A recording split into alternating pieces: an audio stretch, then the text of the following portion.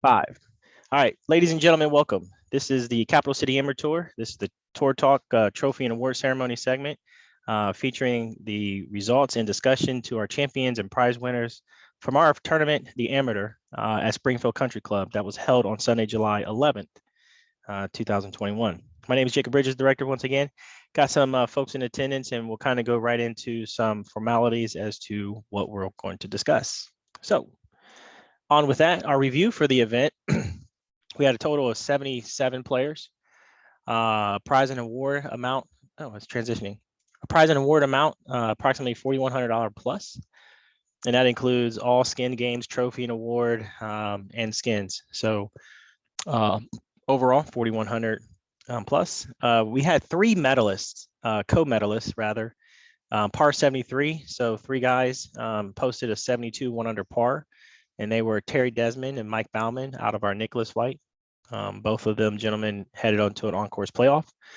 And then Nicholas Lyons from the Woods flight also grossed out a 1 under par 72. We had 7 contested flights, 7 flight champions. We will kind of hit the segment where we'll kind of look at the standings and kind of show you case where those are found and how you can navigate and get to them and what you're looking at. For the season, we're through now 8 events out of 13 on the schedule.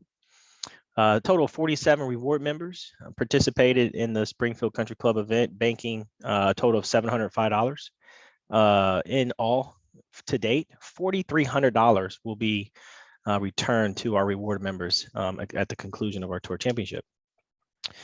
Our Westerville Golf Center low net contest, sponsored by the WGC, awarded Matt Cowden, who is on our session. There's kind of like some misconception as to what that contest is. It's free. It's no entry to the player, sponsored by Westerville Golf Center. And John Sewell was our other award recipient.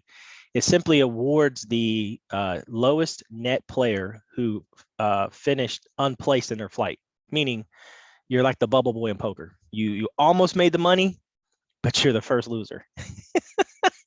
So that is a low net contest again. Westerville Golf Center has been gracious to provide gift cards that you could redeem and play, but I didn't get enough, and I was really trying to get creative on how I could award it, and that's kind of the contest I came up with.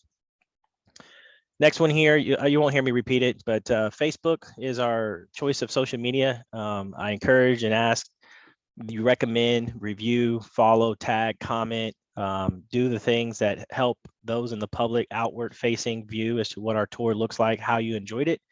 It's a win for everybody, because the more you talk about it, the more someone else is going to find or identify with you and your story, and then perhaps one day play or participate in our tour. I also share here now that just this past weekend we reached 1,000 followers on that platform.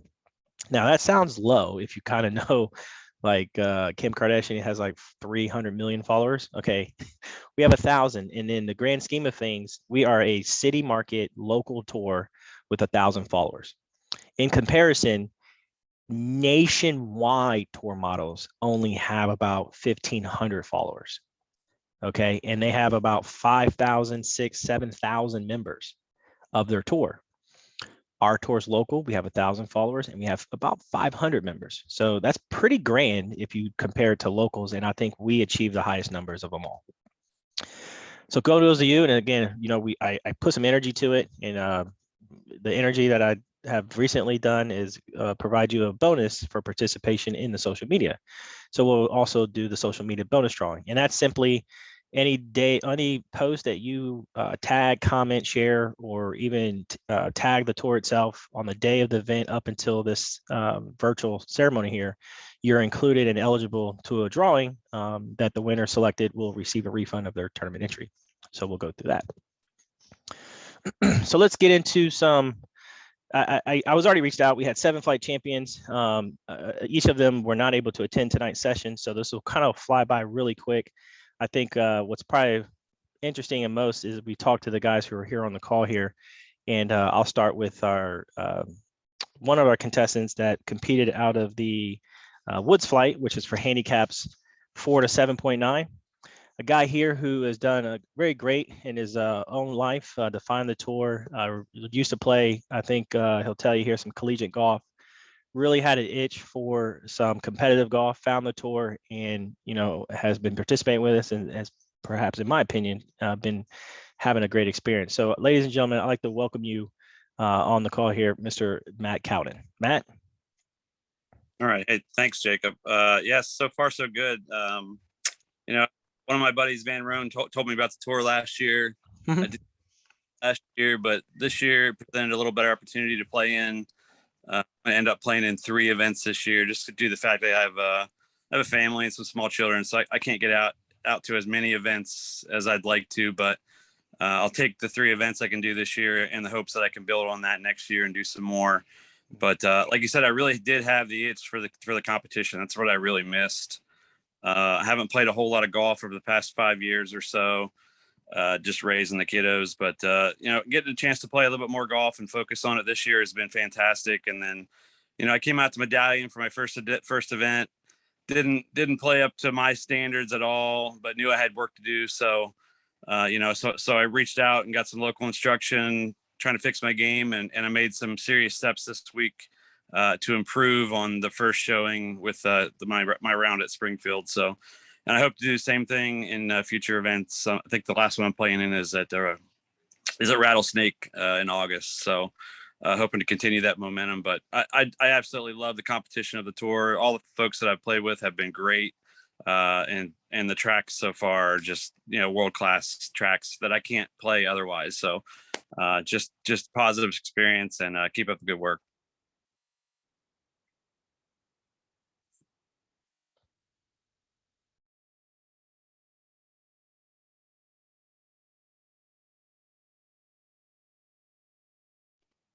Jacob, I think you're still on mute or something.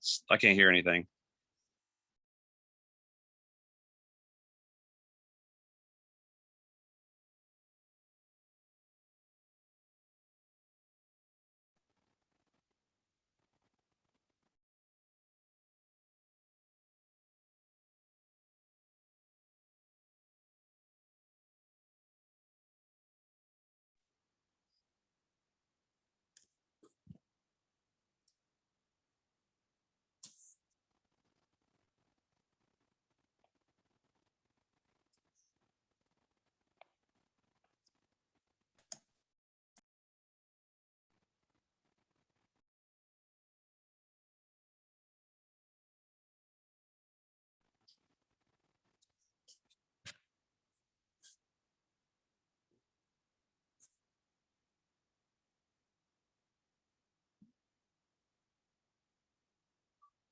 Jacob, if you were speaking to me, I can't hear you. I have no audio right now. So I can hear Matthew, but I can't hear Jacob. Okay, I knew something was going on. Thanks for chiming in.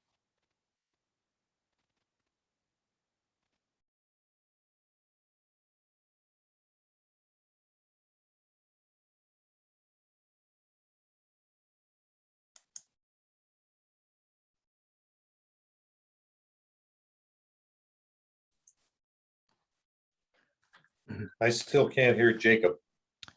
Let me do another mic check. Are we good to go now? Oh, There. we got. There, I you. gotcha. Yeah, All right, we lost you for a minute. I had to unplug and I guess, do the troubleshooting 101. Just unplug it and plug it back in. All right. So, Matt, what I was kind of previewing you, like your round that you had, again, the compliments that you shared of the players on the tour on behalf of them. It's been somewhat the same and consistent about the experience that they've had with others, the great group of guys in person and even on sessions like this.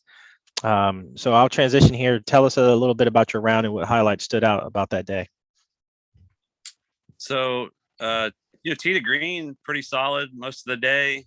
But those greens, were a challenge for me just due to the fact that I don't play greens like that very often. I play a league at Airport, and it's completely the opposite, slow and not undulated versus what we dealt with there this weekend. So I just missed a lot of small putts for birdies and pars that kind of hurt me and kept me from going low. But I think that course is pretty playable from tee to green. Really, there's not a whole lot of trouble if you can keep it. Just play smart and keep it where you need to keep it off the tee. You can have some chances to have some putts, but getting out of there with the putts going in the hole is a whole different story, especially if you get it above the hole. Yeah. And I did a pretty good job most of the day of keeping it below the hole. But there are obviously a few occasions, and when you get there, it's tough to not only get the speed right, but to get the combination of the speed and break is really tough because they break a lot more than the greens that I'm used to. Yes. But no complaints. I know we didn't get the full effect of a dry, fast, hard day, but I'm kind of glad we didn't, because I'm not a huge fan of the goofy golf anyway, where it's ridiculous like that. So I was kind of happy that we got a little rain before we played and made it a little more playable, because it would have been really tough for me, especially not being used to that. Yeah, that's kind of the kick in the pants that many players have experienced in the years that we've been here, where the greens are believed to be the toughest in Ohio among all the courses we play. And even for the courses we don't play, players who have tell us that these greens are the toughest. And the course superintendent shared with me that apparently the rollers broke 3 weeks ago. So they haven't been able to roll the greens in about 3 weeks. So they're a little soft, a little slow. And then the rain, softened them up even more. That came before our event. So yeah, you didn't get to experience what I think many fright and didn't have a good night's sleep over coming in, because there were some. If you played, who was in your group? By asking. I played with Mark. I'm gonna butcher his last name, Pozowski or something like Okay. that. John Stool. Okay. They may have played it, but if you were in my group, man, you probably would see me, walking around my putt and looking at angles of how to lay it up or lag it up, because that's kind of the nature in which you approach those greens. Even when you have a chance at birdie, you're really looking at your miss. Yeah, I found myself doing that too. I'd have a 7-footer for birdie. I'm like, well, I guess I can't be aggressive. I gotta make sure I have one where I can make the next one. And that's terrible that you're thinking that way in a tournament, but it's just, you're above the hole a little bit, or side hill, it's a little bit scary. So, I mean, it was great learning experience on that front for me. It's been a lot of years since I played greens that speed. So, yep. And, you said you'll be able to play Rattle. Rattle has a few, and again, if municipal courses are similar to what you're accessing today, and yes, you get the product of this tour, if I were to call it, are the courses we play that you don't have an opportunity to play otherwise. And yes, you want to play them as many as you can, and then like this course you just played, you look forward to avenging what occurred next year, hopefully, if it's something that we put on the schedule. So that's the highlight, the product of the tour, the courses. Yes, you can't replicate it off the course or outside of it unless you are members to them. So once again, thanks for sharing your story here. And before I kind of let you go and go to Ken, here's the results of that low net. Are you able to see the results? Am I showcasing the results here? Yep. Yeah, we got you. So this is kind of the low net contest. It takes 80% of everyone's handicaps, sponsored by West River Golf Center, paying 2 spots. And again, here is what I do is it's kind of like an eye scan. Anyone in this contest that placed in their flight, they are ineligible to receive the award. So Nicholas Lyon was first. I think Ken Sabigan won. Mike Bauman came second. You were the first winner unplaced in your flight. So that's kind of where it lands you. Matt Herrig won his flight. Terry Desmond won his flight. John Sewell, he's the second winner. So that's kind of how it's awarded. And I just walked it through. So do I have one here? So it's just a gift card. It's valued at $36. Okay. If you ever want to look at it later and kind of, if I don't explain it well by verbalizing it to you, it's basically detailed right here. So hopefully you're in the area, or when you do visit the Central Ohio, Columbus, it's Westerville Golf Center. It's on Route 3, just north of 270 on the 270 outer belt on the northeast side. So $36 will be your that. Yeah, I can mail it. Yeah, okay, that's easy. I do my lessons up there with TT Crouch, so at Westerville. That's perfect. So that'll work out really well. Yeah, and you know I had that story, right? Yeah, the gentleman that does. Yeah, we need to connect. I need to get that name from you. Yeah, I actually gave him your information. He's going to be contacting you shortly. So Okay, excellent. Yep. Well, Yep. coincidentally, and we're kind of closing the loop here. Coincidentally, we're arriving to the same conversation. That's excellent. All right. Now we'll go over to our other follower here on the call, and this guy is our. Let's see what we had. The 2020 Senior Jones Flight Champion Golfer of the Year. Gracious individual. Surprisingly, to be in a senior flight has some distance to his game. I guess the height works to the advantage. But I hope that I'm a player of this caliber when I get years on my tires too. So I would like to introduce you guys, ladies and gentlemen, Mr. Ken Kraus. Ken. Well, Jacob, it was a wonderful tournament again. And I'm glad to say after reviewing the last time I played at Springfield, I cut a few strokes off. Is that how many are we talking? I think we cut six strokes Six, off. Let's okay. see, what did I do this time? 90. I think it was 96 last time. 96. Yeah, I still had my 3 bad holes. I really got caught up on those false fronts on the 2 holes beside the clubhouse coming up that way. And what I had one of those shots that was about a foot short of being perfect. Yeah, you're talking about 18, right? So we started on 10. So we went out on the backside here, and 15 has that false front, severe sloped, and the whole pin is tucked on the front side of it, making you go for it like that. And then 18. On 18. Yeah, that's brutal. How many, if I may, how many times did you go up and down? Well, on 18, I actually I hit over the green.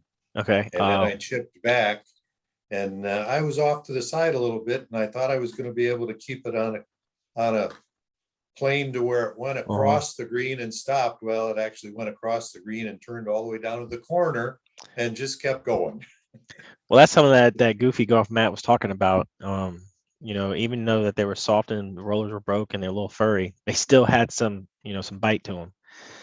So, well, it seems like after that, you got a little birdie, man. That's a highlight of your round, right? Yeah, I had a birdie on a hole.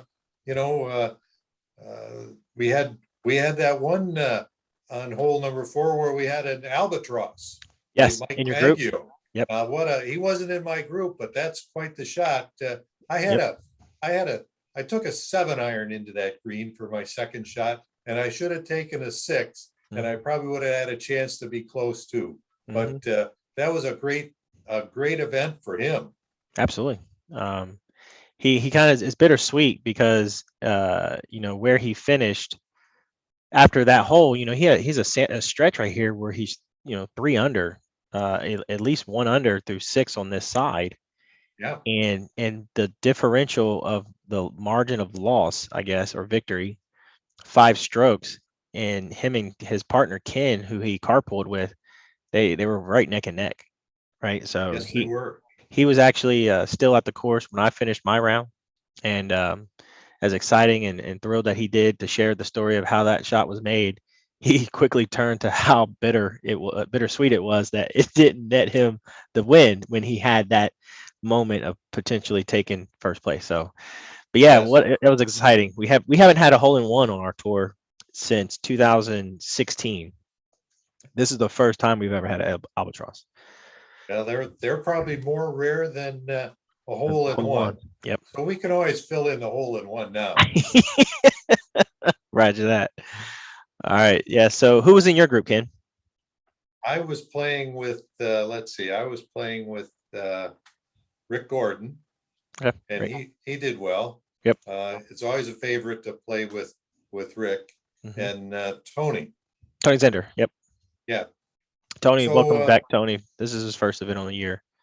Yeah, it was fun. It's always fun. Everybody on the tour is so friendly and helpful. I know on one hole that I was going up on one of those false fronts, I looked over and I yelled over to the guys on the tee adjacent to us. I says, you got to go over to the other one. You're not Oh, on the white tees. So yes. I saved them from teeing off on the wrong one, maybe. There was a penalty assessed for playing from the wrong tees yesterday or Sunday. And, as much as the combo tees and instruction I give as a starter on the first, I speak to a very slowly bouncing ball way and, refer to the scorecard. They got it right up until they've caused the infraction. It was on the par 3 here. The player self-identified. I think they didn't realize it until they went to 17, and they, with that T differential that was on 17, like it was like 80 yards, right? You actually had to go to a little anthill for the silver. Well, they probably recollect that. Wait a minute, did we actually do the right tee from the previous hole? Because I don't remember doing it. And then they found that they had to go back and correct it before they completed the next hole, but they still incurred a 2-stroke penalty. So yeah, that's there's so many things to golf, and you try to make those little changes to improve each week. Yep. Or over the whole season. Like this week. This week I went to a shorter driver and probably my 4th different putter, and I definitely putted better this week. I read the greens better. I have a pretty good memory from how I missed the putts last time I played there, and that helped me. Yeah, I really chew glass when I declare a tee assignment for a contest flight to be combo,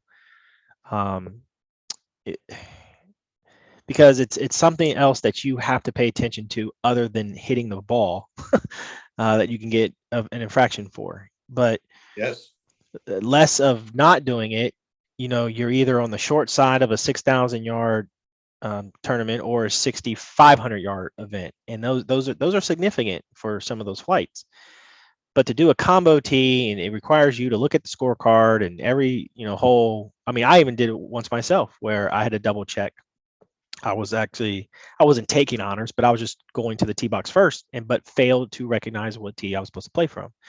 So it was just it wasn't like it was a significant delay. It was just like, oh, let me check the scorecard real quick. But I rarely do it, but if courses do offer it, and as much as we had to combine our senior flights to the open flights because of that competitor number, you still get that forward box, but it does warrant it to be a combo format. So Mount Vernon Country Club doesn't have that. I'm familiar with them. They don't have a combo on their card. Their course is already short, so it's only going to be, I think, 2 boxes that we'll use unless there's a female playing. I think it's either 64 or 61. So there's not a 60. There's not a version where we're going to do combo tees, but I don't like it. In the past, I tried to, if there was a combo version, I would actually say that instead of a white silver combo, I would actually move the white tee markers themselves, like go out on the golf course before the tournament even started and move the actual white markers to the silver tee box. Or I would move the silver marker back to the whites and then declare you to play silver the whole time and declare the whites to play the whole time. And then that way, but because there was member play on a straight tee format, I was not able to do that. Yeah. No, I will say this, as far as everybody on the tour, if you're playing, and I've experienced this several times, if you're playing with someone who has to play the other tees, I find that everybody's been helpful to make sure everyone gets to the right spot. Yep. And I encourage that. I spoke to that when there was a pairing where, the guy in the single rider was the player who had that combo assignment, and the other 2 had like a maybe just all white. I encourage them and say, hey, help the groups out, help the player out, make sure, and we self-police, but also encourage that they, don't commit an infraction if you can help them out of it. Right. So yeah, I think across the board, everyone always is cheering for everyone to do as well as they can. Absolutely. It's competitive, but it's more competitive against the course than it is against everybody else. Roger that. Right. Well said, man. So here next, we are going to do our social media bonus. The drawing here. This is if you didn't happen to pay attention to the video we had last week. This is the Wheel of Names. Okay. And this is just an app that's online. It's really random as it can get. The individuals that have participated in the social media bonus, again, that was any player on the day of the tournament up until an hour before this virtual. If you if you posted a picture of Springfield, if you posted your experience, your round, anything in nature of the discussion of what you experienced on the day of the tournament while participating on these events, by tagging the tour, you become eligible and I add your name to this. The winner, again, who the wheel lands on, will receive a full refund of their tournament entry, which is valued at $135. So this is a wheel that once I tap it, it'll spin, and the little cursor there will tell us who our winner is.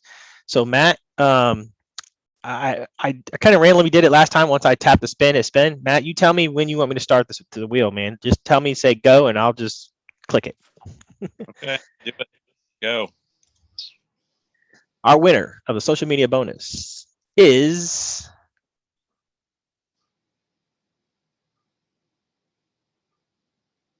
Jim Pullins.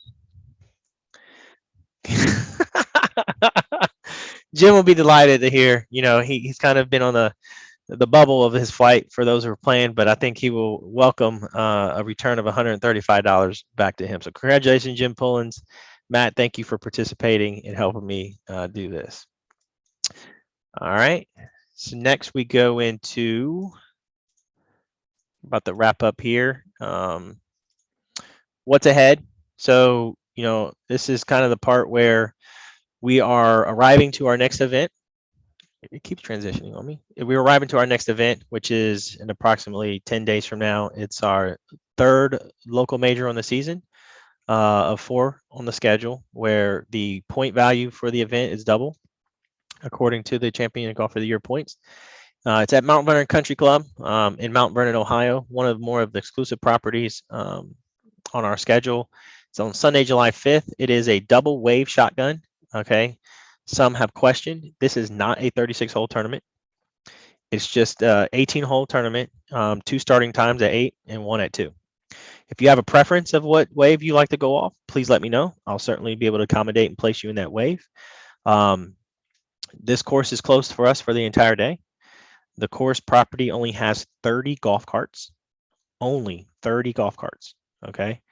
So the field max is 90, and that'll allow me to put 45 in the morning, 45 in the afternoon in threesomes. So I've done this year in and year out. Pace of play is at or under 4 hours. It's a very swift, clean morning. The driving range is irons only. It's not really long. So if you're Matt, you're listening, Ken, I know you guys hit it long and far. So, you know, put the drivers away. Matt, you're on, or Ken, you said you're on your 4th driver. So, but it's a short range. Again, the course is the whole day to us. This is the only property on our schedule that actually allows practice rounds. Okay, so if you're interested in a practice round, it's those participating in the event. It's held offered only on Saturday, the day before, anytime after 11 a.m. So all you got to do is call the course. Details are on the event page. It's $50, 18 holes with cart. Okay. Again, it's a local major worth double points. Registration closes on Friday the 23rd, which you probably recognize that's later than what we're normally used to with the event 2 days before it. Normally, I'm conditioned to close registration 5 days before every tournament. This one is because I'm vacationing. I'm going on a trip, and I won't be back until Thursday. I'm not doing nothing with the tournament anyway until Friday. So that's why you got a little extra time to decide what you're going to do, especially if you watch the weather. So we have a field max at 90. Total of 76 are entered, 42 paid, 34 unpaid. The first 90 paid will be in the event. All right. And then again, we're kind of sandwiched between 2 events here, back-to-back Sundays, a week apart. We quickly turn ourselves around and go to Rattlesnake Ridge Golf Club, which is a shotgun at 3 o'clock. So this is a shotgun at 3 o'clock, Sunday, August 1st. And again, those numbers are there, and the registration closes on the 27th, which is that normal 5-day period. So, All right. So that's all I got. Matt, thank you for joining me. Ken, I appreciate your time as well. The experience that is on the Capital City Amateur Tour, it's been a blessing to come across so many people, the lifestyles we have, the enjoyment of each other's company, and then we all get to do what we enjoy doing, I guess, most with our spare time is play golf.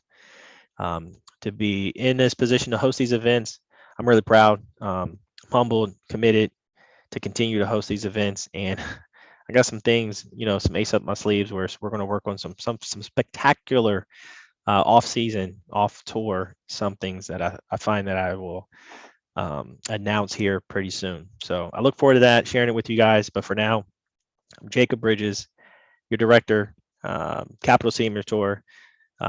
Till next time, take care, and we'll see you on the course. Take care, everybody.